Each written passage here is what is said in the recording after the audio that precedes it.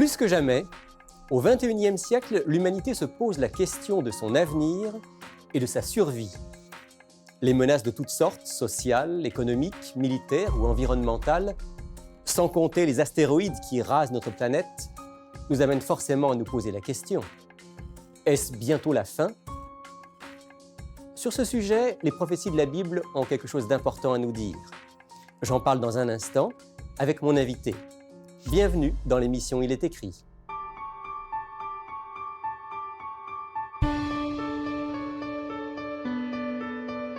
Il est écrit, une émission présentée par Rémi Ballet.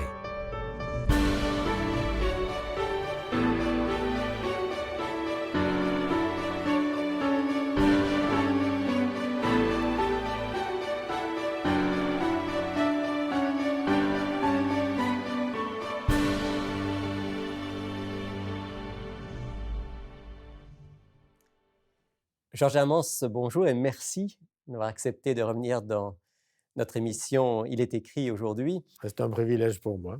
La fois dernière, on a parlé ensemble d'espoir. On a parlé de cette espérance que donne la Bible, la parole de Dieu, cette espérance du retour du Christ, de l'intervention finale de Dieu dans l'histoire humaine pour redonner la vie à ceux qui sont morts, pour transformer cette planète et pour en faire enfin ce que Dieu avait prévu qu'elle soit au départ. C'est-à-dire une terre de paix, de justice, d'amour. Ouais, comme dit l'apôtre Pierre. Ouais. De relation avec le Créateur. C'est ça. Alors, maintenant, j'aimerais poser la question à un homme qui a vécu, qui a regardé le monde, qui l'a observé, qui lit aussi la Bible. Poser la question que je posais dans l'introduction. Est-ce que c'est pour bientôt? C'est bientôt la fin? Bientôt la fin. J'espère. Mais vous savez, Jésus nous a dit « Nul ne sait le jour et l'heure ». Donc, il ne faut pas qu'on se bute, mentalement parlant, à l'idée d'un temps précis. J'ai discuté une fois et quelqu'un m'a dit « Il vaut mieux se tromper 3 fois avant qu'une fois après ». C'est normal. Vous, si j'attends Jésus aujourd'hui, le danger, c'est que je me décourage. Mais c'est moins grave d'être déçu parce que j'ai fixé une date qui n'a rien donné que d'en fixer une qui sera au-delà. Dieu nous invite quand même à ne pas fixer de date. À ne pas fixer de date. C'est pour ça qu'il le fait. Mais il vaut mieux se tromper dans le sens de penser qu'il revient plus vite que la réalité, plutôt que de se dire, de toute façon, j'ai tout mon temps. Ben, c'est ça. Et parce que le retour de Jésus, il a toujours été... Le texte est clair à travers toute la Bible, et je reviens bientôt. Apocalypse, je reviens bientôt. Ce bientôt est omniprésent. Ben oui. Et les premiers chrétiens, d'ailleurs, ils interprétaient bientôt comme nous, on le fait. Si je vous dis « je reviens bientôt », vous m'attendez dans 2-3 jours.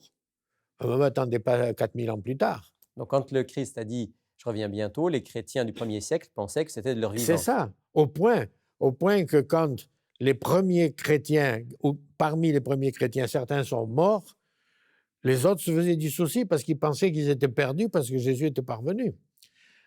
Ça a toujours été, le retour de Jésus a toujours été l'axe de l'espérance du chrétien. Parce que s'il n'y a pas de retour de Jésus, il n'y a pas de résurrection, il n'y a pas de vie éternelle, il n'y a rien de tout ce qu'on a parlé la dernière fois.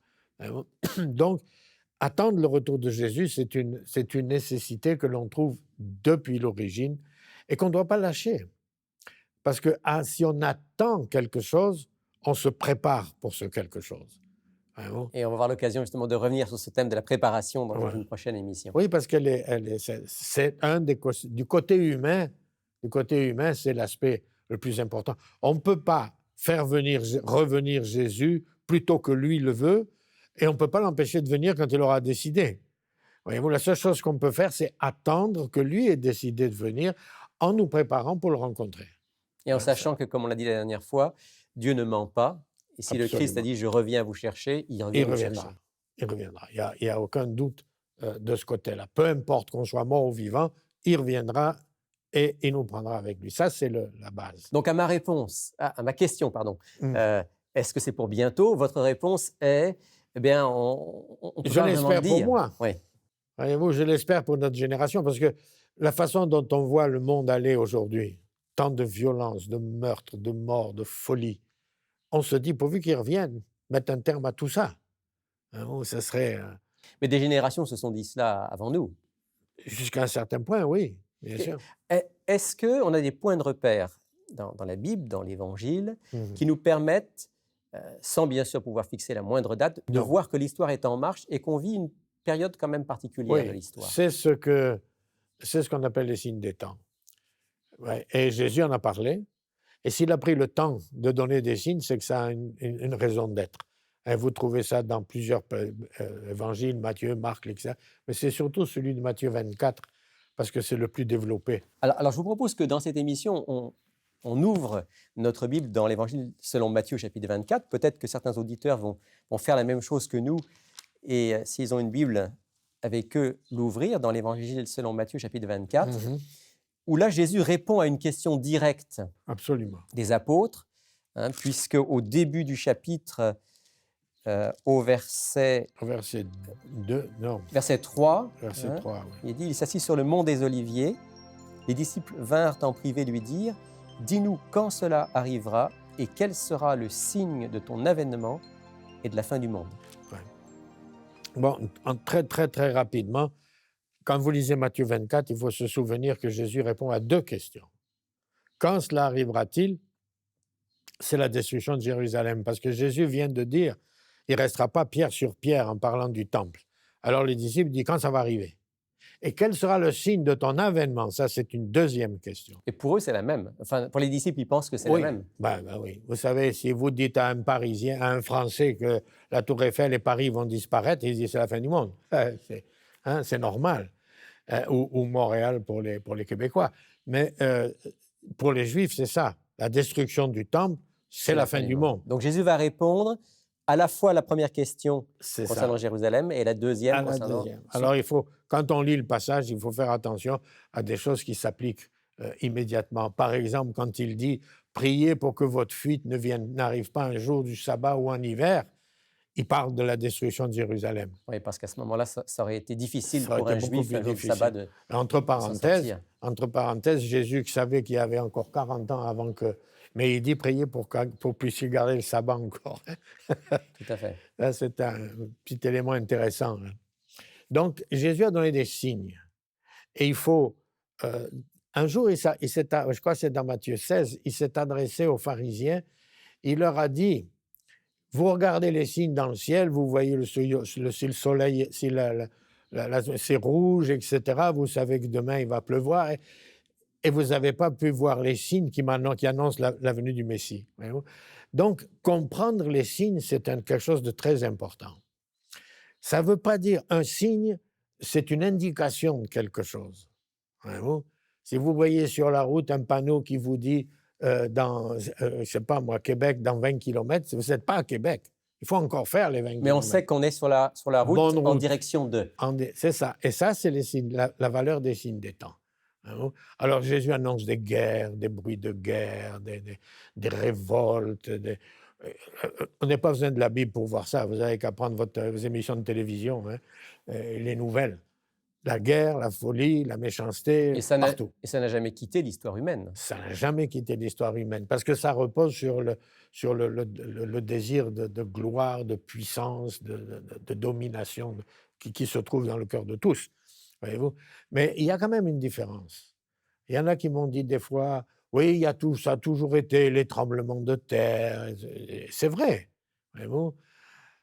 Mais pas à la cadence que vous avez maintenant. Je me rappelle que depuis, ça s'est accéléré. Je me rappelle du temps où, quand on me posait cette question, je disais oui, il y avait un tremblement de terre de temps en temps.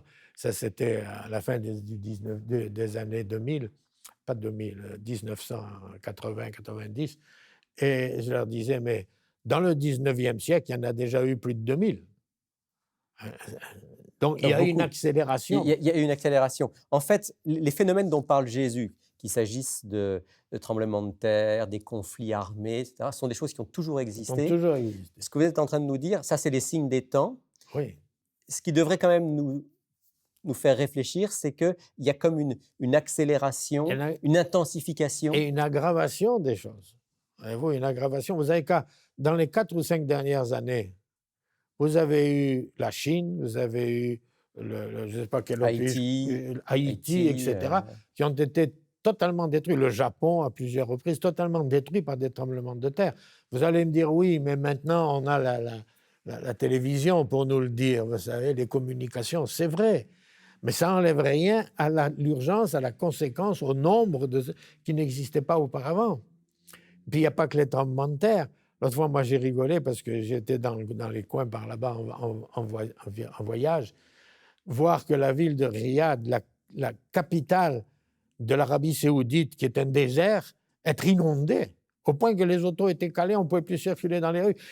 Il y a une anomalie. On parle de phénomènes météo en particulier qui sont des extrêmes, de plus en plus. Absolument, De plus en absolument. plus.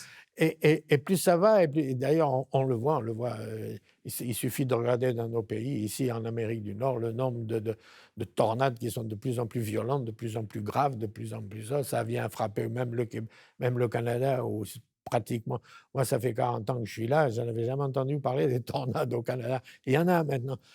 Il y a une accélération et il y a une aggravation des phénomènes eux-mêmes.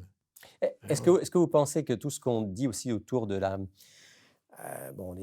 le réchauffement de la planète, les problèmes écologiques, environnementaux, que tout ça, ça a aussi un lien avec ce que Jésus a pu nous dire? Absolument. Jésus savait qu'il allait se passer un certain nombre de choses. Il a expliqué, il l'a dit avec les mots de son époque, voyez-vous, parce que Jésus ne nous parle pas seulement à nous, il parlait à ceux qui l'écoutaient. Bien Donc sûr. il fallait qu'ils puissent le comprendre. Mais ces éléments sont en jeu, mais ça me fait toujours penser à un texte, si vous voulez le lire. Il n'est pas dans Matthieu, celui-là, il est dans Ésaïe. Alors on va aller dans le livre du prophète Ésaïe, on revient dans l'Ancien Testament. Oui, Ésaïe 24. Ésaïe chapitre 24. Ésaïe chapitre 24, voyez-vous. Moi, c'est un verset qui m'a souvent intéressé ou arrêté, disons, quand je pense à ces affaires-là, à ces questions. Quel verset alors? Chapitre 24, je crois que c'est 19. Je crois que c'est... Oui, c'est ça. Les versets 19 et 20. La terre est déchirée, la terre se brise, la terre chancelle. La terre chancelle comme un homme ivre, elle vacille comme une cabane, son péché pèse sur elle. Elle tombe et ne se relèvera plus. Voyez-vous, ça nous laisse sous-entendre que la folie des hommes, qui est due au péché, voyez-vous, finit par avoir ce que j'oserais dire, des répercussions sur le fonctionnement même de notre planète. Après tout, vous avez cité le réchauffement climatique. Et il est dû à quoi, le réchauffement climatique? Il est dû à la folie, à la bêtise des hommes. Dans une large mesure. Ben oui, voyez-vous.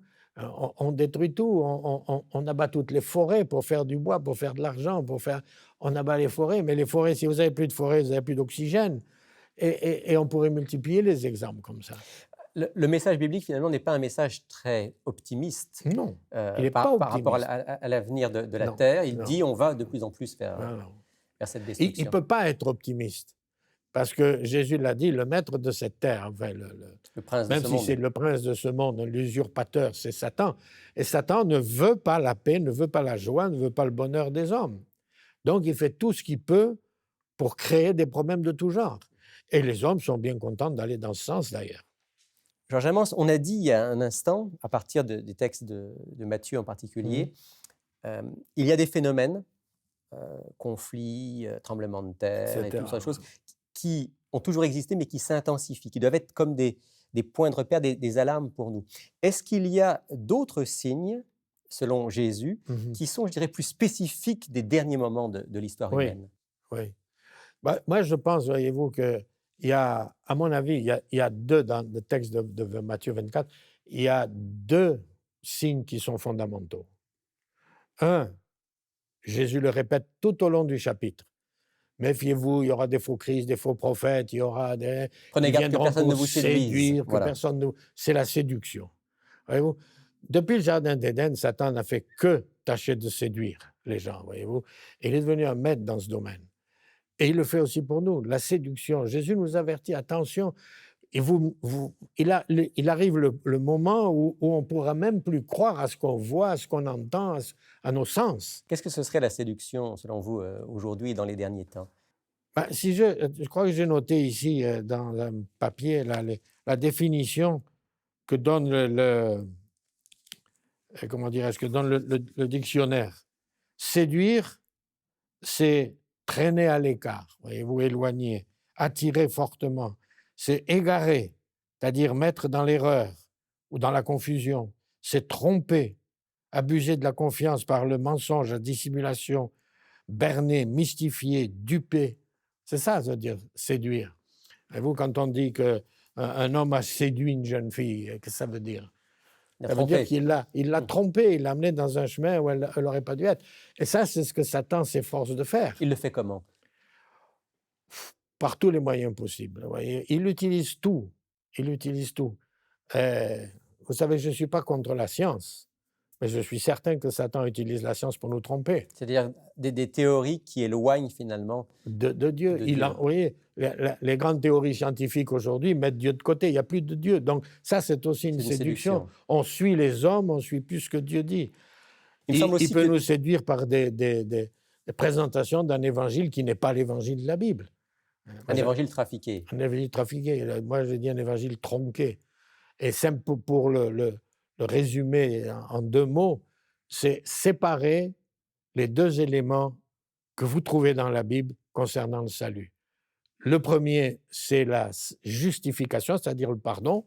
Quiconque vient à Dieu se confesse avec ferveur réellement. Voyez-vous, Dieu pardonne. Ça, c'est à partir de ce moment-là, vous êtes juste. Mais ça ne veut pas dire que la course est finie. Or, on s'arrête à ça. Mais la Bible, l'apôtre Paul à plusieurs reprises, dit il faut vivre la sanctification. Donc la transformation. Ce que Dieu veut, c'est votre sanctification. Devenir plus saint, c'est-à-dire développer nos vies et nos cœurs et nos caractères de façon à ce que nous parvenions à la ressemblance avec Jésus. Donc vous voulez dire que la séduction consisterait à nous faire croire qu'il suffit de venir vers à Dieu, de recevoir son pardon, et puis c'est fini. Ah oui, Dieu vous aime. Dieu vous aime infiniment. C'est vrai. Mais Dieu ne vous reçoit pas de façon inconditionnelle.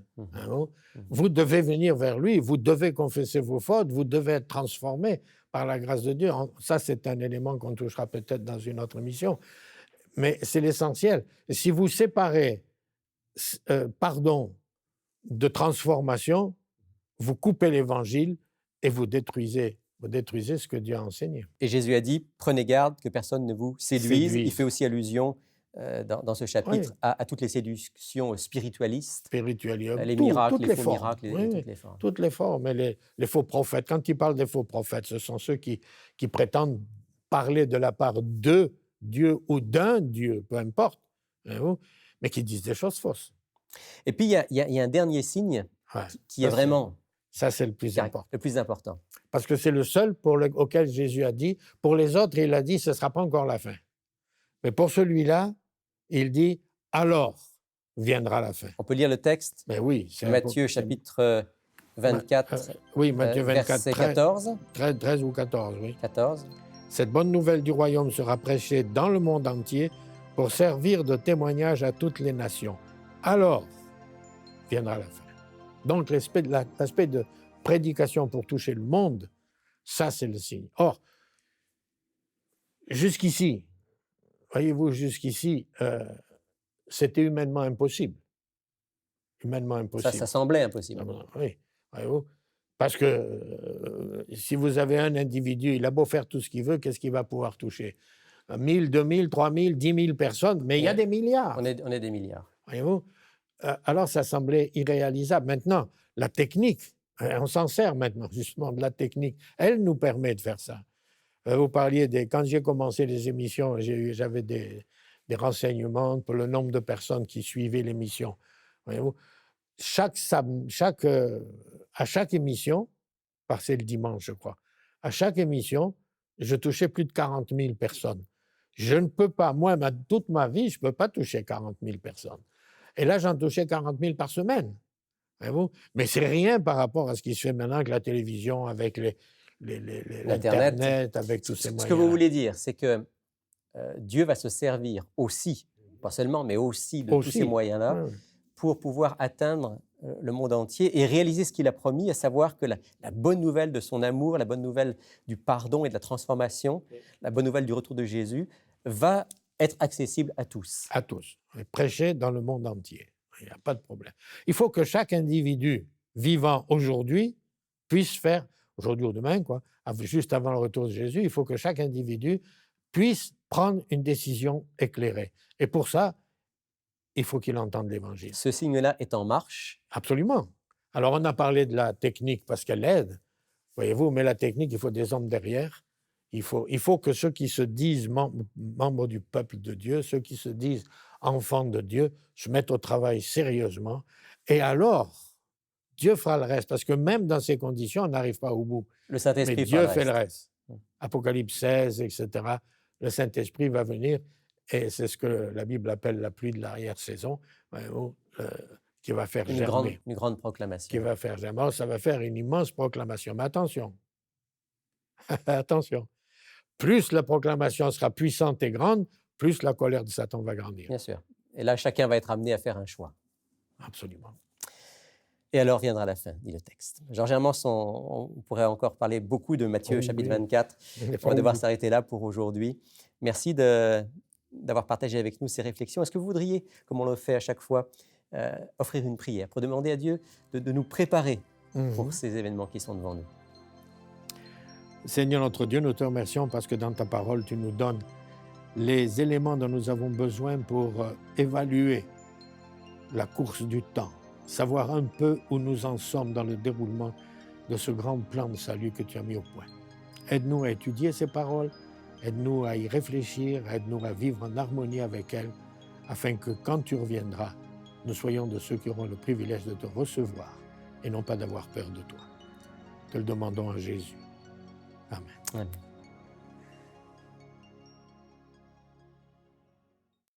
Bonjour, je m'appelle Sylvain Duval et je suis responsable des cours bibliques à Il est écrit. J'aimerais personnellement vous inviter à approfondir les sujets abordés dans nos émissions à l'aide du cours Découverte. Cette étude explore tous les grands thèmes bibliques en relation avec notre vie quotidienne. Ce cours est entièrement gratuit. Vous pouvez le suivre par correspondance, par Internet et bien sûr en personne avec un instructeur.